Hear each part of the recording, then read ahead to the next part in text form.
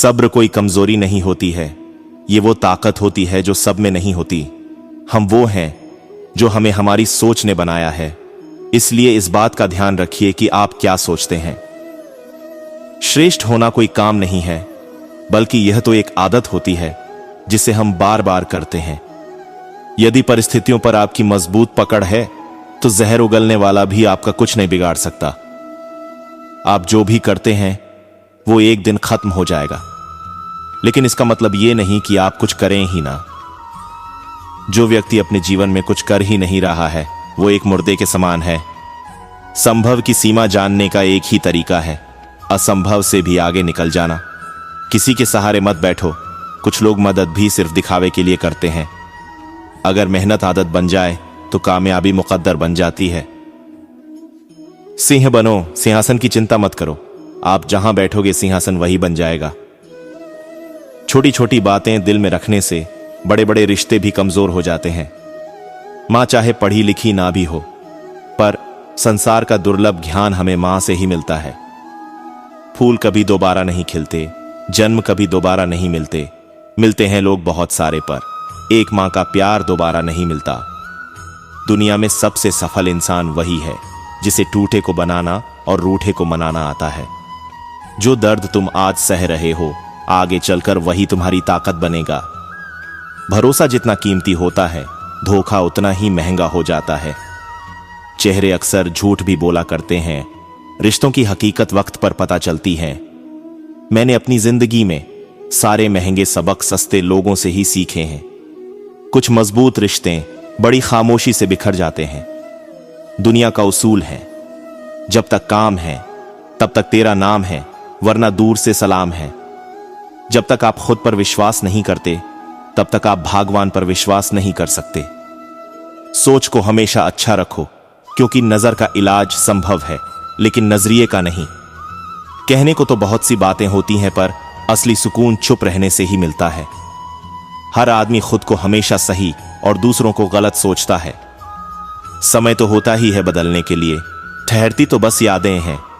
मैं हर कदम पर हारा हूं, पर मेरा जन्म जीतने के लिए ही हुआ है। खुशी हमारे जीवन की यात्रा का एक तरीका है, यह हमारे जीवन की मंजिल नहीं है। सज्जनों का धन उनका धैर्य होता है, ये हैं कुछ बेहतरीन। माँ बाप की बातें और किताबें कभी धोखा नहीं देती। जो लक्ष्य में खो गया समझो वही सफल हो गया। अच्छी सोच इंसान को हमेशा अच्छा रास्ता ही दिखाती है। आज रास्ता बना लिया है तो कल मंजिल भी मिल जाएगी। हौसलों से भरी यह कोशिश एक दिन जरूर रंग लाएगी। जैसे एक बछड़ा हजारों गायों के झुंड में अपनी मां के पीछे चलता है, उसी प्रकार आदमी के अच्छे और बुरे कर्म उसके पीछे चलते हैं। बहुत समय पहले भारत के एक नगर में एक राजा राज्य करता था। वह बहुत अनुशासन प्रिय राजा था। उसके राज्य करने का तरीका ऐसा था कि राज्य के किसी भी व्यक्ति की उसके खिलाफ षड्यंत्र करने की हिम्मत नहीं होती थी। उस राजा के 3 बेटे थे, सोमदत्त, वीरदत्त और कमलदत्त। जब राजा की मृत्यु हुई तब उसका सबसे बड़ा बेटा सोमदत्त राजा बना। सोमदत्त स्वभाव से दयालु था, जिसके कारण उसने अपने पिता के बनाए नियमों में परिवर्तन करके उन्हें सरल बना दिया था। उसकी इसी बात का फायदा उठाकर कुछ चालाक दरबारी अपनी मनमानी करने लगे और राजा के खिलाफ षड्यंत्र की योजना बनाने लगे। राजा के महल में एक नौकर था। उसने राजा को इस बारे में बताया, लेकिन राजा ने उसकी बातों पर ध्यान नहीं दिया। एक दिन चालाक दरबारियों ने राजमहल के रसोइये के साथ मिलकर राजा के खाने में जहर मिला दिया। राजा की तबीयत बिगड़ने पर चिकित्सक को बुलाया गया। चालाक दरबारियों ने सोने की मोहरें देकर उसे अपनी तरफ मिला लिया। अब चिकित्सक बिना इलाज किए वहां से चला गया। राजा की मृत्यु हो गई। अब सोमदत्त की जगह वीरदत्त को राजा बनाया गया। चालाक दरबारियों की यह योजना सफल होने के कारण राज्य के बहुत से दरबारी, मंत्री, सेनापति आदि भी अपनी मनमानी करने लगे। यह सभी लोग वीरदत्त के लिए बहुत बड़ी समस्या बन गए थे।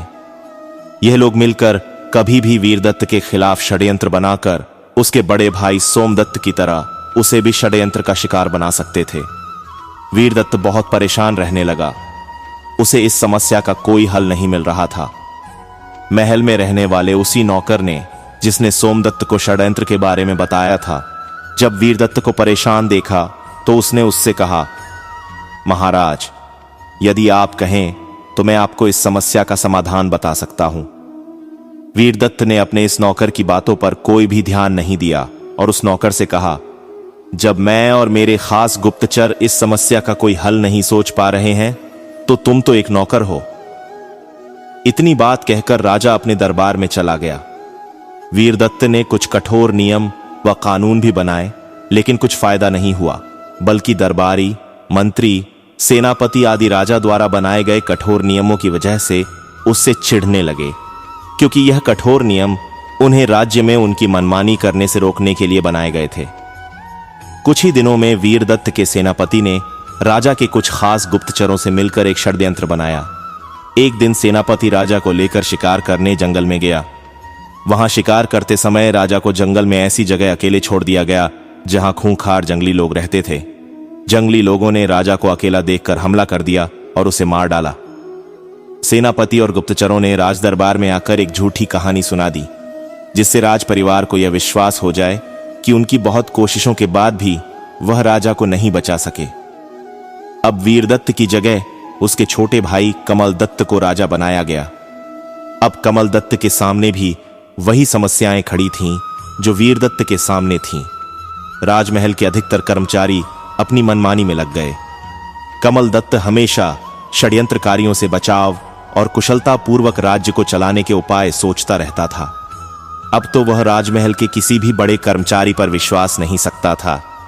राजा यदि अपने इन बड़े दरबारियों पर कुछ कठोर कार्यवाही करता तो यह दरबारी राजा के खिलाफ षड्यंत्र करके उसका जीवन ही समाप्त कर देते थे, और यदि राजा कोई कार्यवाही नहीं करता था तो यह कर्मचारी अपनी मनमानी करके राज्य को बहुत नुकसान पहुंचा रहे थे। अपनी इस समस्या के चलते कमलदत्त को यह लगने लगा था कि शायद इस समस्या का कोई समाधान नहीं है और अब उसे समस्याओं के साथ ऐसे ही राज्य करना होगा। उसने इस बड़ी समस्या के समाधान को अब अपने भाग्य पर छोड़ दिया।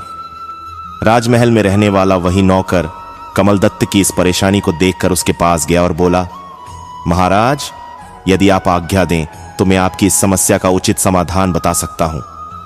राजा ने उस सैनिक की तरफ देखा और कहा, जब पूरा राज परिवार इस समस्या का हल नहीं खोज पा रहा है तो तुम एक नौकर होकर क्या समाधान दे सकते हो? तभी राजा के पास खड़ी रानी ने राजा से कहा, महाराज, मुझे लगता है कि एक बार इस नौकर की बात सुन लेने में कोई भी नुकसान नहीं है। क्या पता यह कुछ ऐसा बता दे जो हमारे काम आ जाए। राजा ने कुछ सोचा और नौकर से बोला, बताओ तुम क्या बताना चाहते हो? तभी नौकर बोला, महाराज, इस समस्या का समाधान बहुत सरल है। दरबारी राजा को इसीलिए मार देते हैं क्योंकि राजा के मरने से उन्हें लाभ होता है। यदि कुछ ऐसा कर दिया जाए कि राजा पर संकट आने पर उन पर भी संकट आ जाए तो इस समस्या का समाधान हो जाएगा। राजा को नौकर की यह बात अच्छी लगी। तब राजा बोला, ऐसा क्या किया जाए जिससे राजा पर आने वाला संकट षड्यंत्रकारियों के लिए भी संकट बन जाए?